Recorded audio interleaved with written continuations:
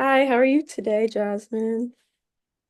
Yeah, I'm so good. I'm just taking my supplements. Everyone, I'm I here. just I just woke up. I just woke up. Oh, you did. Yeah, I'm in Nashville. You're in Nashville Um, today. yeah, we're playing at the Ryman tonight, which I'm very excited about. That's so exciting. So, jasmine.4.t is an indie rock performer from Manchester, UK. And some questions I have for you today, just to start off, is have like a pre-show routine that you usually do? Well, because I'm like opening right now for Lucy on tour, Lucy Dacus, um,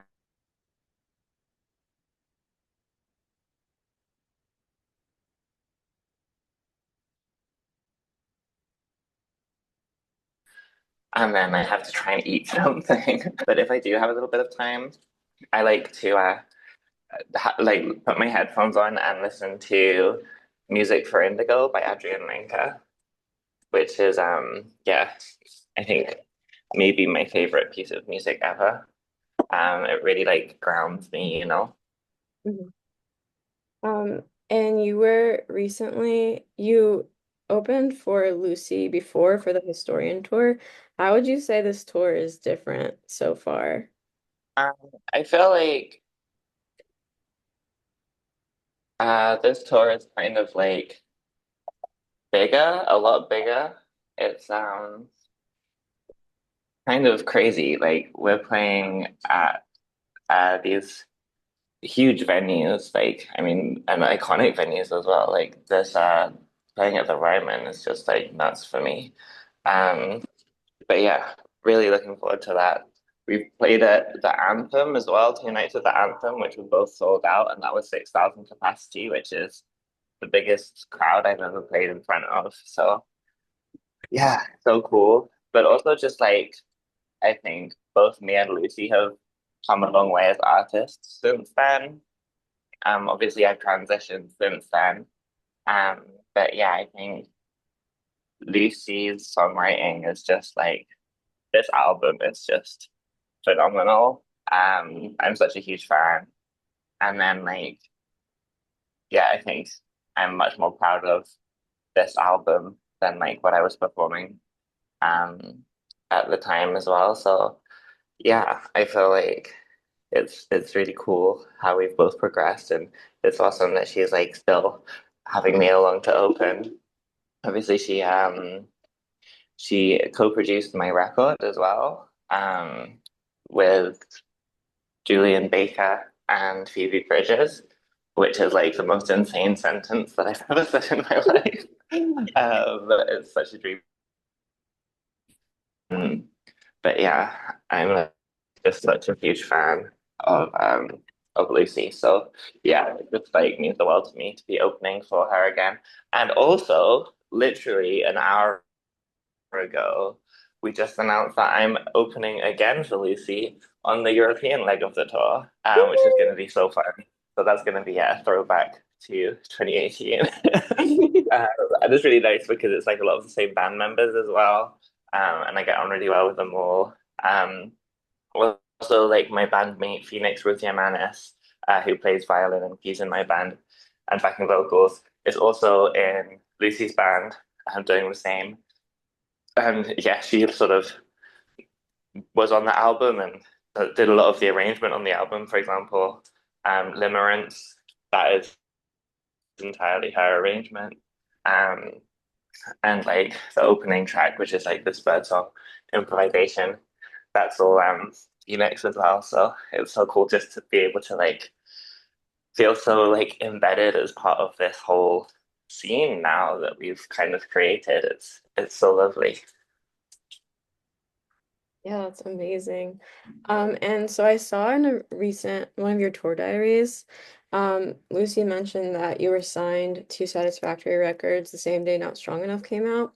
And of course you knew her before, and she sent your records to them. What was that phone call like? And also, how did you meet Lucy? Yeah, no, so that was actually the day that they were filming the music video for Not Strong Enough. And they were like driving from location to location. And yeah, Lucy, I had submitted my demos to Phoebe, um, just like through the website, but I like hadn't heard back. So I kind of just like sent the link to Lucy and I was like, hey, can you play these to Phoebe when you get a chance? And then yeah, a few months later, it was that day that they were filming the Not Strong Enough video, and I got a text from Lucy saying, I found an opportune moment to play these tracks to Phoebe, and she's right now on the phone to her manager talking about signing you.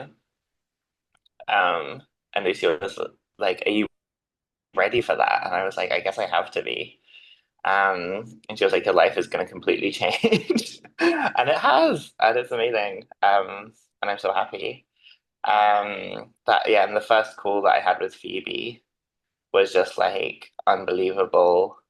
Like she was just like she listened to the demos like so much and like knew them all so well and was just complimenting them all in depth for about half an hour. And I was just trying not to cry because I was just like, this is my hero. Like this is crazy. But yeah, Lucy obviously was like a huge part of me getting to that point. Um, so in like 2016, I first opened for Lucy, and that was in Bristol at a venue called The Croft. I was just like local support. It was her first European tour for No Burden, the first album. And we just got on really well. We had pizza together.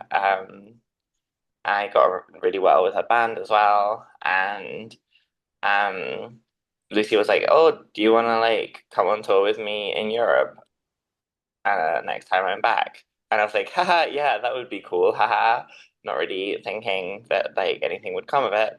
But yeah, she like texted me like a year later, being like, "Okay, I've just had authorization to invite you on tour for my next European tour, which was the Historian tour."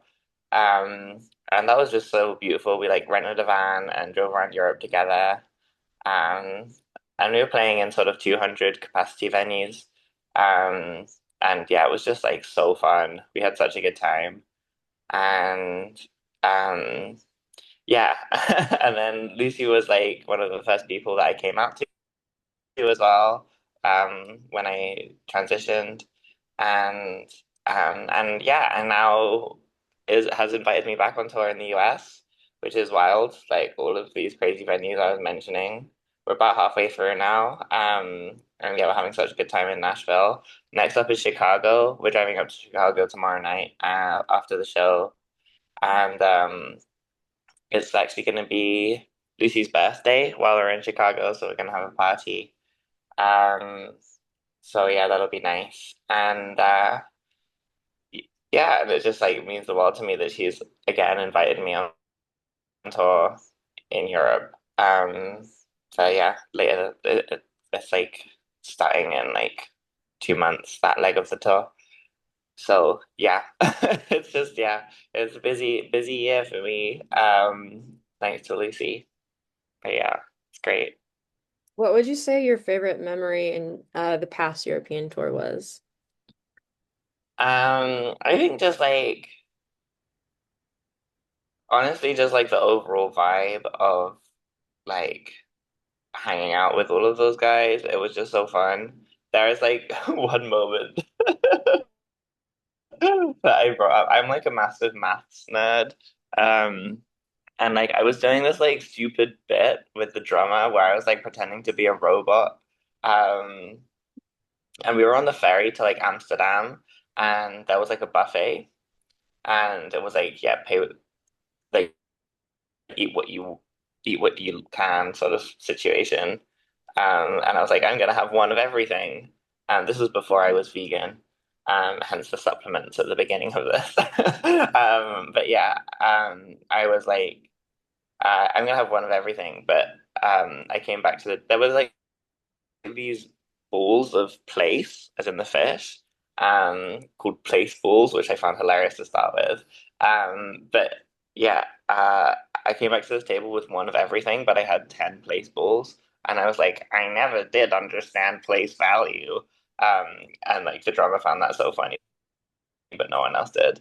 But yeah, that was just like the deranged vibe of the whole trip. It was just goofy. It was just goofy. It's always so goofy hanging out with these guys. It's so goofy on this tour as well.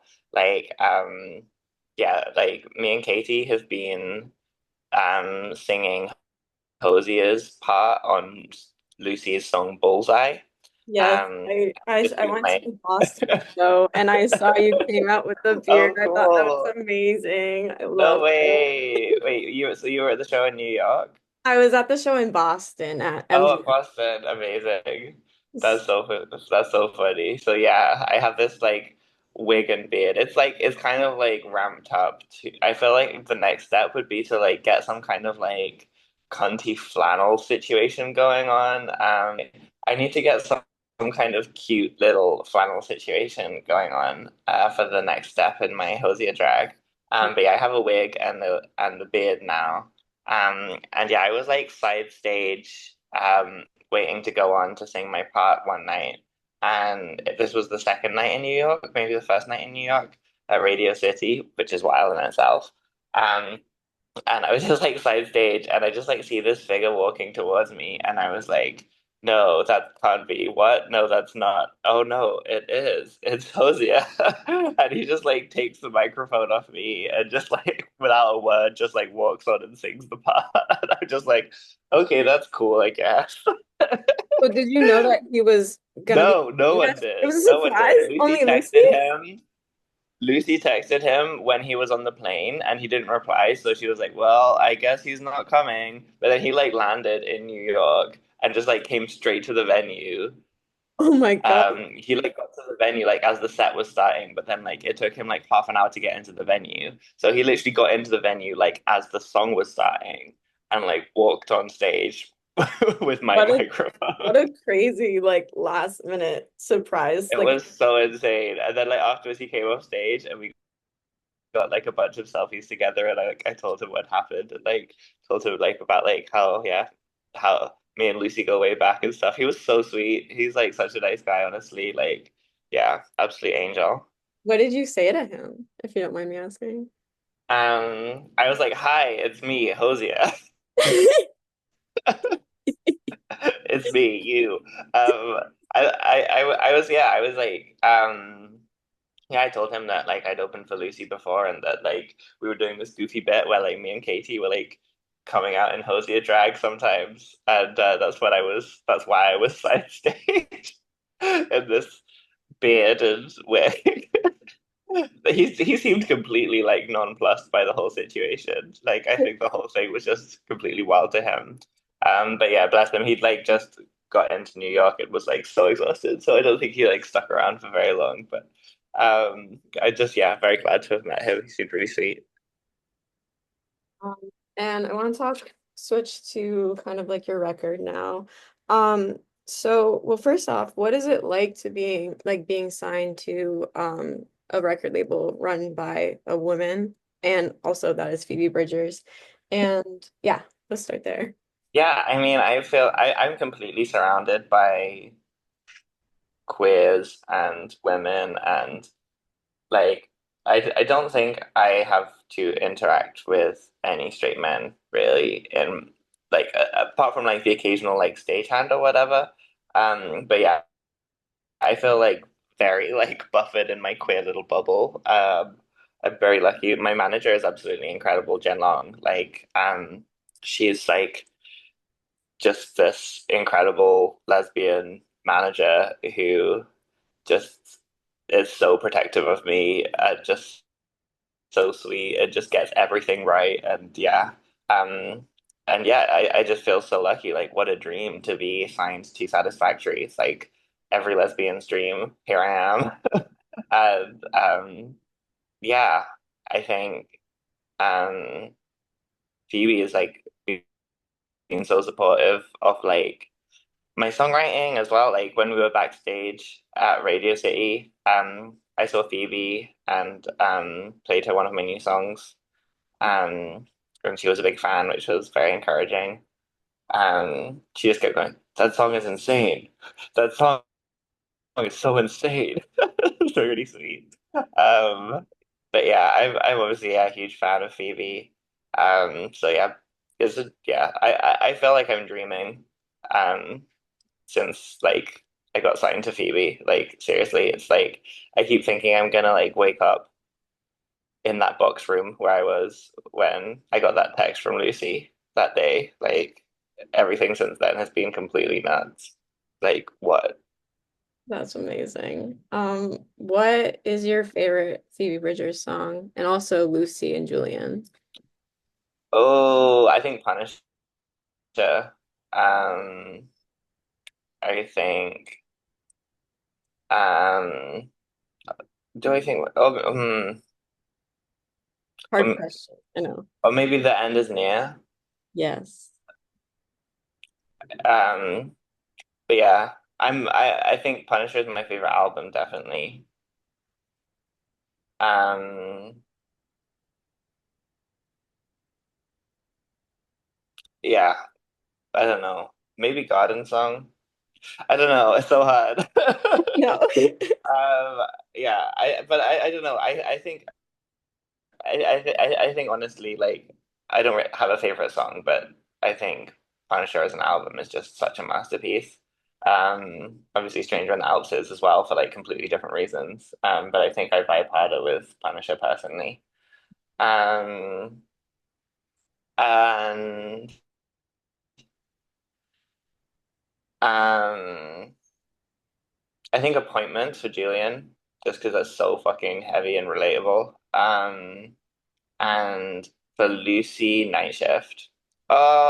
Actually, I mean, Night Shift means so much to me because I was on the Historian tour and like that shit popped off every night. Like, but then again, it is on this tour as well.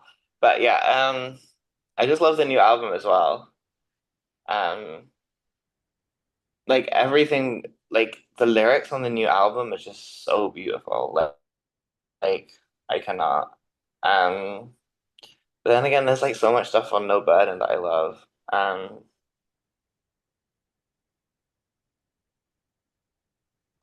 I think Limerence might be Lucy's best crafted song, in my opinion, like in terms of like the writing.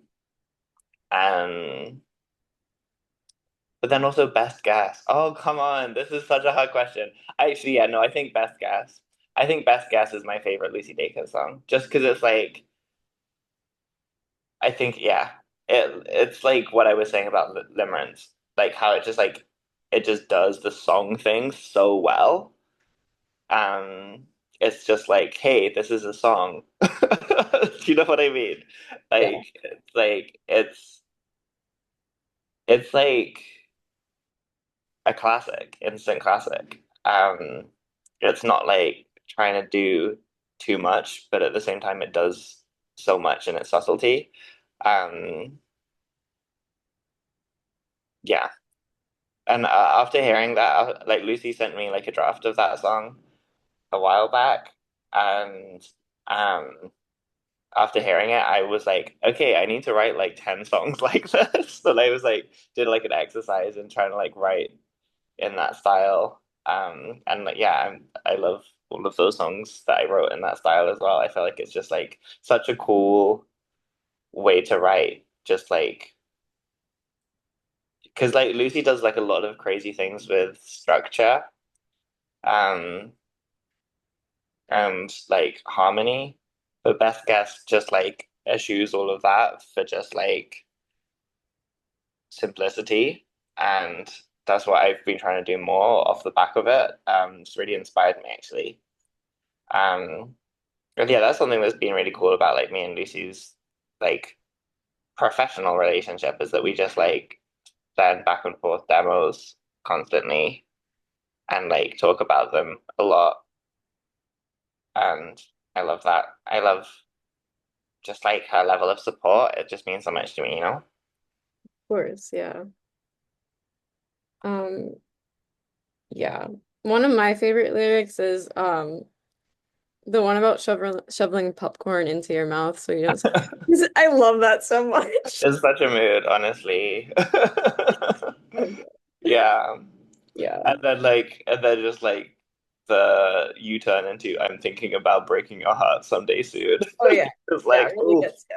Nice mood. little punch. Uh-huh. Yeah. Also for your album called You Were the Morning came out in January. It Um, sure does. yes, it did. It's amazing. It's received like incredible like reviews from Elton John, Rolling Stone, just amazing recognition. Thank you. Of course. It's definitely like it is one of my favorite. It's like my top three albums of the year. No way. Thank you so Yes, much. for sure. And I love like the title itself kind of reminds me of like, comfort, also like being chosen. What is so special to you about mornings in general? I hate mornings. Oh, you do? I just woke up and it's like 12:25. I didn't see any of this morning. I feel like what that what what that You Are the Morning started off as was just like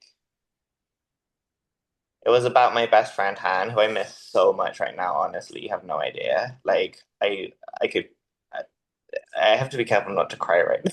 Like well this song. But like we like hang out together like the whole time when I'm at home in Manchester. I literally like moved into a house like just around the corner from her. Like a couple of years ago, and it's just been like just like the happiest time. She like really supported me through my transition. And like yeah, I was like staying on her floor for a lot of like my early transition, and that's when I was like writing all the songs on this record. We actually went on like a 2 week caravan holiday in Wales, like just before this tour, which was so nice. Just to be able to like dedicate some time to like spend together. Because yeah, I've been so busy recently. Um, but yeah, You Are the Morning is just like about just like waking up next to her in her bed and just like being so grateful for like the support that she's giving me and like her giving me the energy to transition and like helping me learn to love myself. And it was terrifying playing it to her for the first time because obviously it talks about like dreaming about kissing her and stuff like that. And it's like we have like a very queer friendship. Um, but yeah, I think, since then we like talked a lot about like just like I I personally experience most of my friendships as like queer. I don't really have much of like a line between like platonic feelings and romantic feelings. Um, and like it was really nice just to like be open with Anne about that.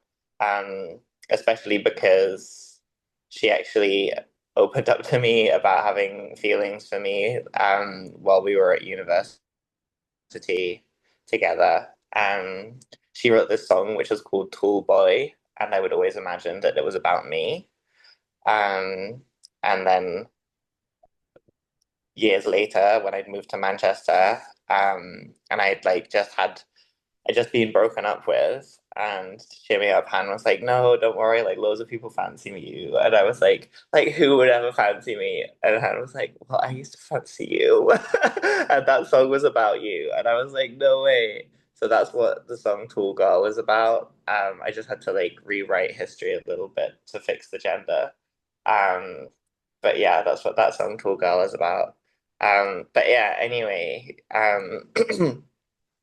as I like was playing You Are the Morning more and more, like I feel like it sort of resonated with people in like all of these different ways and reminded them of their own experiences of friendship and solidarity. And I feel like to me, it now means more generally like you. listener can be the like the light of morning that trans and queer people really need right now. Like if you just sort of reach out and have empathy and practice solidarity, you know? Absolutely, especially like with everything going on in the world right now, especially for trans people. Your music You really know, shines a light on the community, and it's just amazing. thank you. It's like seriously fucked. Like I was late for the tour so that when we went on stage for the first night of the tour, me and Phoenix hadn't rehearsed. Like we'd like run through a couple of songs in soundcheck and that was it. Luckily it went really well because like we've played together like in a band for so long, but we'd never done it as a duet. But yeah, the reason that I was late was because they made me reapply for my visa as a man, which is like insane. I now have like an F in my passport, and then in that passport, I have a visa which has an M on it and a special stamp that says I'm trans, which is so dystopian. Like, what the fuck? What kind of world is this? Um, but yeah. And then back home, they've like decided that um trans women are legally not women, and they've like told people like to not let us into toilets. Also, the government has told doctors not to provide trans people um, on hormone replacement therapy with blood tests. Um, they've just said don't blood test trans people, which is going to cause so much harm and like completely goes against like the Hippocratic oath that all doctors have to take. Um, yeah, it's like it's wild. Like the scale of state violence against trans people around the world, let alone street violence that we face. Like last year was the most violent year on record for trans people. Like every year we have the Trans Day of Remembrance, um, in November, and uh, this one just gone in November last year was the longest list that we've ever had. It's the list of all the trans people that have died by violence that get submitted to the Trans Lives website. And this time I think it was 427 names. And that's just like the ones that get submitted to the website, right? And like, I personally know three trans women who died by violence last year in Manchester who like weren't on that list. So that's just like the tip of the iceberg, you know? It's such a terrifying time to walk down the street as a trans woman to, you know, be in a relationship as a trans woman because most trans women, most women are killed by people they know or in particular in a relationship with. Um, and like you know, a lot of sex workers as well, trans sex workers are on that list, and just like highlights this, you know, the intersection of sex work violence and trans violence, and yeah, it's just terrifying to be alive for a lot of people, you know. And I think I'm in a very privileged position. Like, yeah, I have like an M on my visa or whatever, and maybe they'll put an M in my passport. Like, you know, what's going on, that's nuts. But like I'm not like a victim of like violence right now, physically. Um, but like so many trans women are as a result of all of this legislation, especially all of the trans women who are being moved into men's prisons and being raped daily. It's horrible. And like they are constantly on my mind.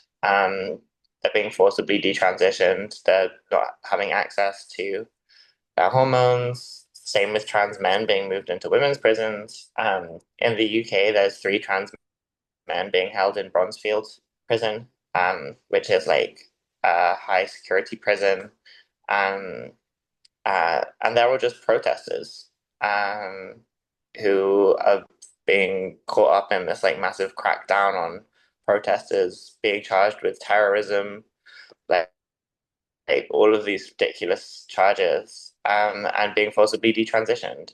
Um, it's so horrible. And obviously being bullied by prison staff and yeah, and the trans women in the men's prisons are being literally given to but they're literally being given to the most violent inmates to you know satiate them. It's so that they can be raped. It's so fucked. Um and, and no one gives a fuck because they're in prison. Um so yeah, that's the state of the world. And also just like that's very much on my mind. Like when we cross borders, I had to come into the US obviously for this tour, but then we went to Canada for the Toronto shows, and then we crossed back into the US and like coming back into the US again, like I felt like I was gonna have a heart attack because I was like, if they take issue with like my transness, which they often do. Like there are loads of incidents where trans women have been strip searched at the US border just like to humiliate us. Um, and we can't like say no. Like they just force strip search us.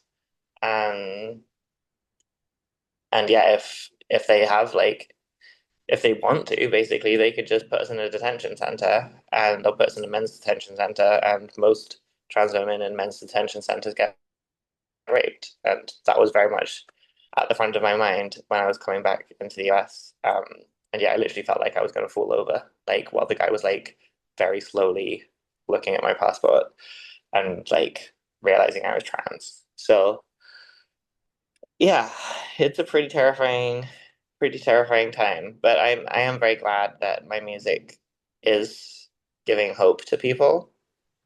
Um, I've had so many wonderful messages from people around the world.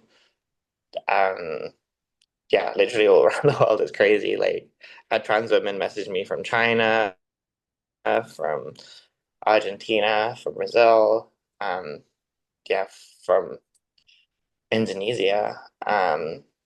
Those are trans women in Australia and New Zealand. I'm really excited to go to Australia later this year, actually. But yeah, just saying like how helpful my music has been, how it's helped them accept themselves, accept their own transness. Sometimes it made them aware of their own transness. I had a trans girl who came to my show and then realized she was trans, and then came to my next show as an out trans woman and came and said hi at the merch table and told me her story, and we just hugged and cried, and it was so beautiful. And I've had older trans women message me saying that they wish that they'd had someone like me to look up to um, when they were transitioning, and that just means the world to me, like to be able to be that person. I feel like it's like a big responsibility, but obviously not many trans women get this opportunity, and I feel so supported by my community, and I just want to, yeah, step into the spotlight and take up the space that I've been offered. Yeah, absolutely. And it's just so amazing that you can create that community for people too. And also we don't have enough trans artists out there. Um, so it's awesome that you're able to create this community in such like horrific times. Um, and just before we Yeah. wrap up, I just have like one more question. I usually ask most people I interview this. Um, do you have like any advice for people that are pursuing a career in music? Yeah, I think just connect with other musicians, really. That's all there is to it. Like, be real and chat to people and find the people who you relate to, who you connect with, whose music resonates with you. Um, and yeah, put on shows together, start a record label, have fun, write songs together, play in bands together, make a community. That's it, really. I mean, just do it. Like, don't wait for someone to give you permission. Absolutely. Well, thank you so much for talking with me today. It was so amazing to have you on the show. And yeah, thank you so much. Thank you. So nice to meet you. You too.